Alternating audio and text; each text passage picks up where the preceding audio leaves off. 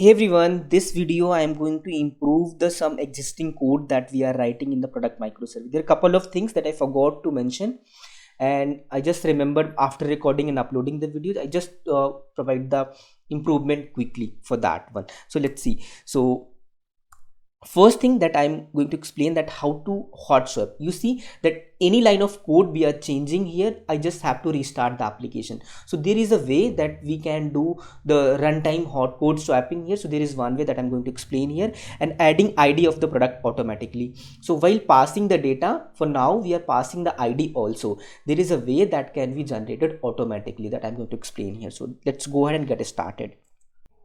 So to add the hot code swapping, there is one dependency that I have to add here. So coming here, dev tools. If I explore this option, I'll get this dependency here. This one, I need only this. Take this and add this here under build.gradle.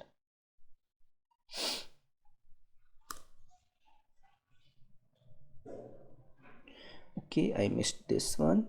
Yeah, refresh this one. It is going to be down. It is going to download the Spring Boot DevTools dependencies to the system. In that way, if first time I have to stop it, and when it is added, I have to start it and then do the things. And it is and the second thing that I want to take care here is this id I was talking about. This id we are passing explicitly, and it is going to be added into the system.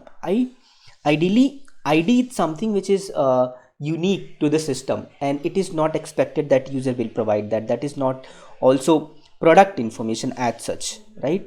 So this we will take care of this. So for now all these information will be passed, but not the id.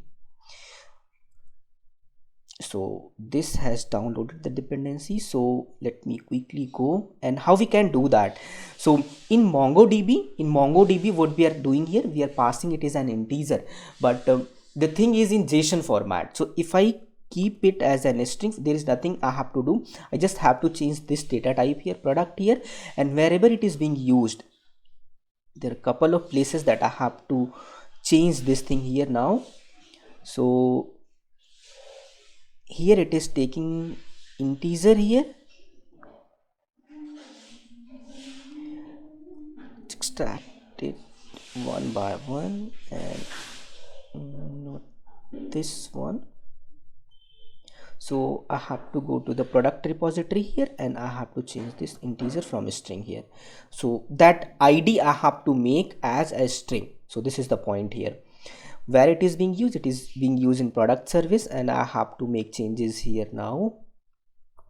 So now it is throwing an exception in the backward direction, right?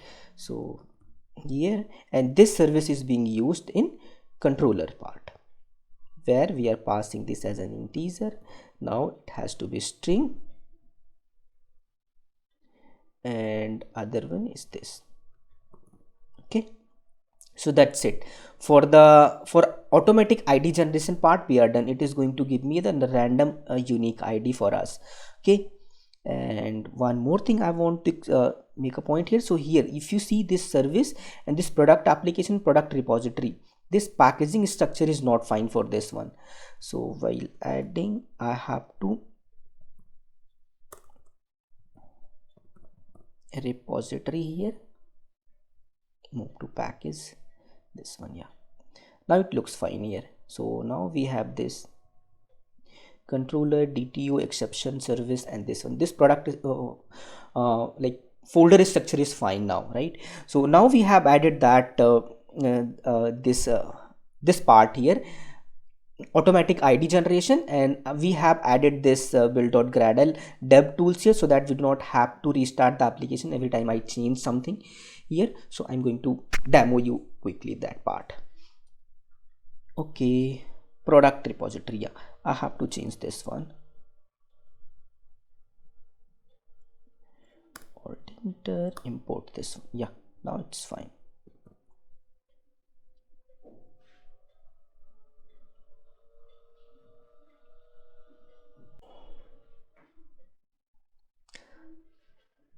Yes, application started now. So we have done the code changes, right? So we have to make sure that it is not breaking anything. So here we are passing something here, so just send this data. So okay, here we have still some validation logic here, so I just have to make it valid data here.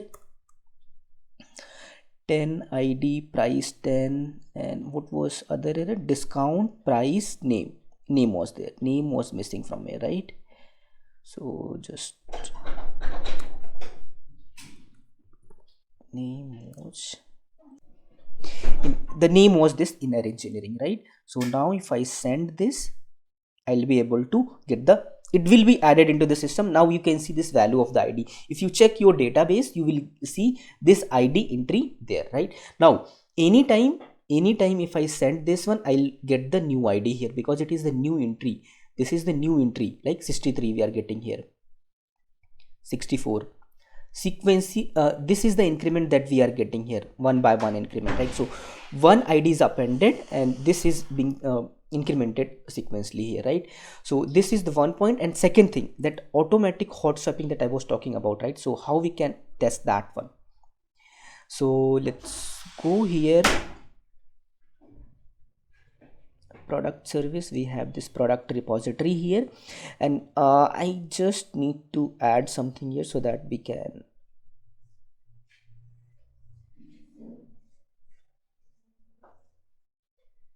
let's add this.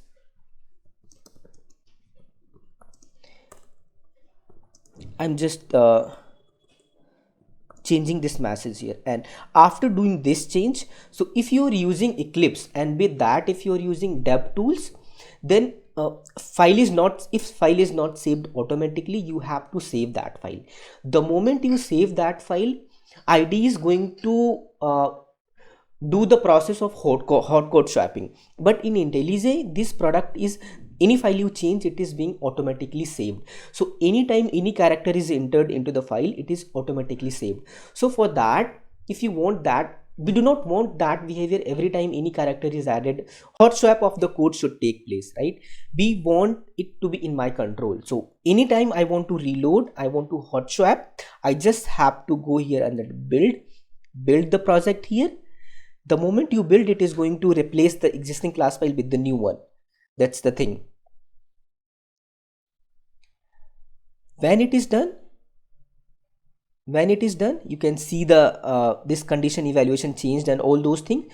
It means the hot code swap done properly. And if I come here and if I if I change something here, category, if I change this one and send this one, I'll be getting the category of the product should not be null. So this is the new message that we are getting without restarting the application, right?